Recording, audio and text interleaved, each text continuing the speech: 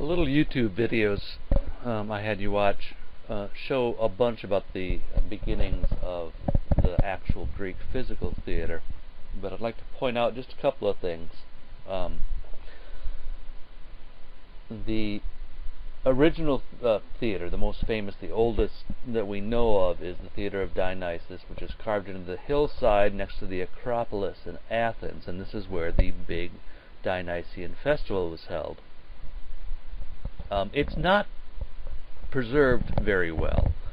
There's actually a Roman theater several hundred yards away that is in much better shape. So apparently at some point the Dionysian theater ceased to be used, and the Roman theater was used. But all Greek theaters had an area, and if you look on page 47 in your textbook, you'll see a diagram. The diagram is of the theater at Epidaurus, which the theater at Epidaurus is the best preserved Greek theater that we have an example of. As I said, the orchestra, that's the round area in a Greek theater, is circular, at least in the ancient Greek theaters. Later on, they became sort of horseshoe-shaped. But the Romans, one of the things that the Romans did was to cut them off and make them almost semicircle.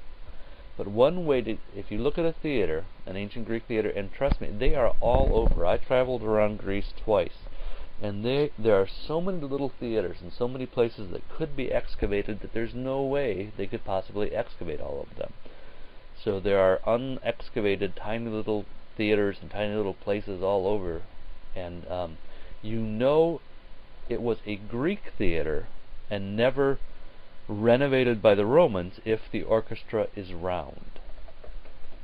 When the Greek theaters first started as well, the area where the actors changed costumes probably was made out of wood and leather or wooden cloth, and it became more and more developed as time went on, until it became in a very elaborate structure. And then when the Romans take over, it becomes a majorly elaborate structure, 3-4 stories tall with columns, and it was really quite amazing. Excuse me. The term orchestra then is still used today. If you go to see a production in New York, if you have orchestra seats, that means you are sitting on the main floor of the auditorium. The other, if you look at the diagram in your book, it says, scena, which becomes scene or scenery. You have proscena, which becomes the proscenium arch in a modern theater. The word theater itself is from the Greek word theatron, meaning seeing place. Theatron, seeing place.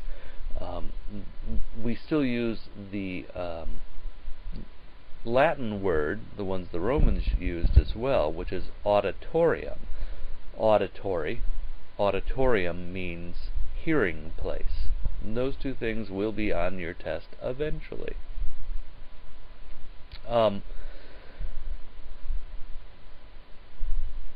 As I said, the best preserved theater is the theater at Epidaurus. I've been there. The acoustics in it are unbelievable. The theater itself is very large. It is, thought to seat somewhere between 1,400 and 1,700 people. That's big. There's a little stone down in the middle of the orchestra called, it was the altar stone, and if you drop a decent sized European coin on that, you can hear it all the way to the top row. It's pretty amazing. I will include a link to the theater itself in the lesson, and I encourage you to go out and take a look at it. If you have QuickTime in your computer, you can also actually get a 363-degree view of the theater by dragging a picture around. You'll see that when you go out to the link. Some of the things that should be kept in mind is that actors in Greek theater wore masks always. The masks were thought to have a megaphone type effect on the actors. If depending on whether the show was a drama, a comedy, so a tragedy, a comedy, or a satyr play, depending on how grotesque the mask is. Again, we have our best knowledge of what the Greek actors looked like by the representations on pots and pottery. That is actually where we have almost all our information. And the information we have is from a much later period of time. The theater of Epidaurus was started, very early, and then renovated over and over again.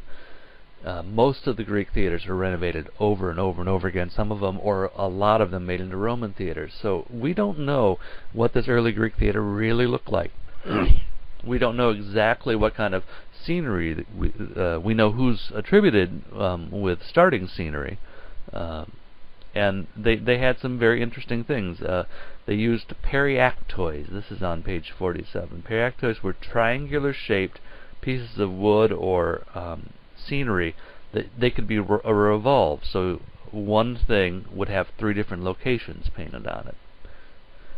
They also had, at the end of many Greek plays, the way to solve the play is to have a god fly in, and they had these great cranes called machina, and the term becomes deus ex machina, God from the machine, or God of the machine.